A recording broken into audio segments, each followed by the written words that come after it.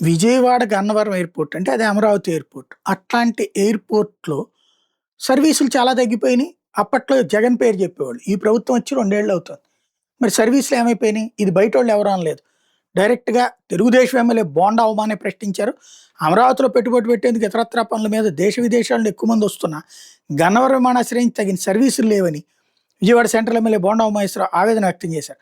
తెలుగుదేశం పార్టీకి చెందిన ఎంపీనే కేంద్ర పౌర విమానయాన శాఖ మంత్రిగా ఉండి కూడా ఏం ప్రయోజనం అని ప్రశ్నించారు.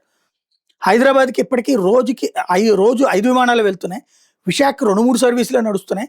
వారానికి 1, 2 చొప్పున కడప, కర్నూలుకి నడుపుతున్నారు. రాష్ట్రేతర ప్రాంతాలతో కలిపి రోజుకి 14, 15 విమానాలు గన్నవరం నుంచి వెళ్తున్నాయి. రాజధాని అమరావతి ప్రాంతంలో ఇట్లాంటి పరిస్థితి ఏంటి? విజయవాడ, మచిలీపట్నం ఎంపీలు కేంద్ర మంత్రి రామ్మోహన్ రెడ్డికి లేఖలు రాసినా అదనపు సర్వీసులు పెరగలేదు. తక్షణమే మరోసారి లేఖ రాసి ఎక్కువ విమానాలు నడిపేలా చర్యలు తీసుకోవాలని చెప్పి అడిగారు. ఎందుకు జరుగుతోంది? దుబాయి, ఇతర దేశాలకు వెళ్ళేవాళ్ళు అనేక మంది విజయవాడ నుంచి ఉన్నారు. అమెరికాకి పోయినోళ్ళు బోలెడంతమంది. కృష్ణా, గుంటూరు, గోదావరి జిల్లాల వాళ్ళు ప్లస్ ఆంధ్రప్రదేశ్ నుంచి అమెరికా, యూరప్ దేశాల్లో ఉంటున్నోళ్ళు ఎంతమంది ఉన్నారు? ఎన్ని లక్షల మంది ఉన్నారు? మరి మనం ఎందుకు ఏర్పాటు చేసుకోలేకపోతున్నాం? ఎక్కడ ఫెయిల్ అవుతున్నాం? ఆలోచించుకోవాల్సింది.